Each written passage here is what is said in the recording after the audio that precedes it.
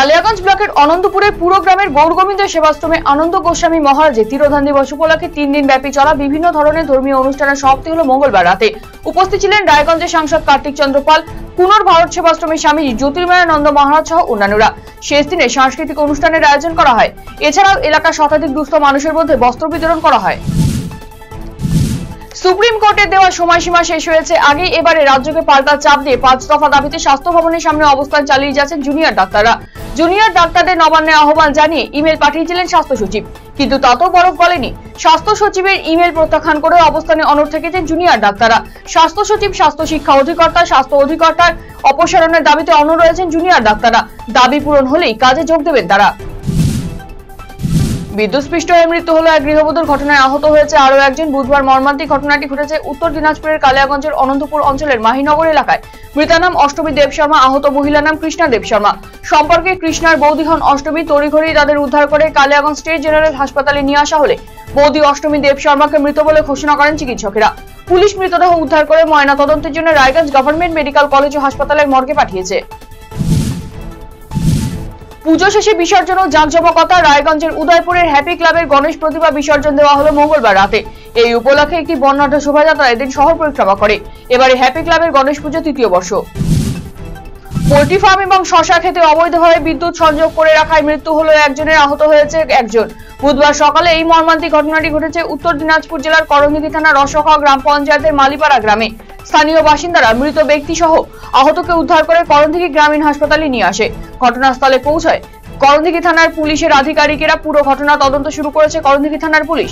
মৃতের নাম মোহাম্মদ মেরাজুল। দেহ ময়না তদন্তের জন্য রায়গঞ্জ মেডিকেল কলেজ ও হাসপাতালে পাঠানো হয়েছে। আহত ব্যক্তিকে স্থানান্তরিত করা হয়েছে রায়গঞ্জ মেডিকেল কলেজে। 7 দফা দাবিতে ট্রাক ধর্মঘট শুরু করল federation of West Bengal truck operators association. বুধবার এই ধর্মঘটের অঙ্গ হিসেবে ডালখোলা থানার অধীন দৌলতপুরে ট্রাক অবরোধে সামিল হয় পূর্ণিয়া মোড় ট্রাক ওনার্স ওয়েলফেয়ার অ্যাসোসিয়েশনের সদস্যরা। দাবি পূরণ না হলে আগামীতে আরো বৃহত্তর আন্দোলনে নামার হুঁশিয়ারি দেওয়া হয়েছে। এদিনের এই ট্রাক অবরোধের জেরে জাতীয় সড়কে তীব্র যানজটের সৃষ্টি হয়। হেমতাবাদ ব্লকে নবী দিবস নির্বিঘ্নে সম্পন্ন করতে প্রশাসনিক বৈঠক অনুষ্ঠিত হলো হেমতাবাদ থানায়। বুধবার দুপুরে এই বৈঠকটি অনুষ্ঠিত হয়, যেখানে উপস্থিত ছিলেন হেমতাবাদ থানার আইসি সুজিত লামা, বিভিন্ন রাজনৈতিক দলের প্রতিনিধি এবং ইমাম মোয়াজ্জেমেরা। প্রতি বছর বিশ্ব নবীর জন্মদিবস উপলক্ষে হেমতাবাদ ব্লকে বড় শোভাযাত্রা করা হয়। শোভাযাত্রাটি হেমতাবাদ সদর এলাকা পরিক্রমা করে। শোভাযাত্রা নির্বিঘ্নে সম্পন্ন করার পাশাপাশি পুলিশি আয়োজনে নিয়ে এই বৈঠকটি করা হয়। আরজিকর আবহের মধ্যেই পদত্যাগ করেছিলেন ইন্ডিয়ান মেডিকেল অ্যাসোসিয়েশনের মালদা শাখার সহসভাপতি তপন হালদার। এবারে মালদা শাখার সভাপতি পদ থেকে অপসারিত করা হলো ডক্টর তাপস চক্রবর্তীকে।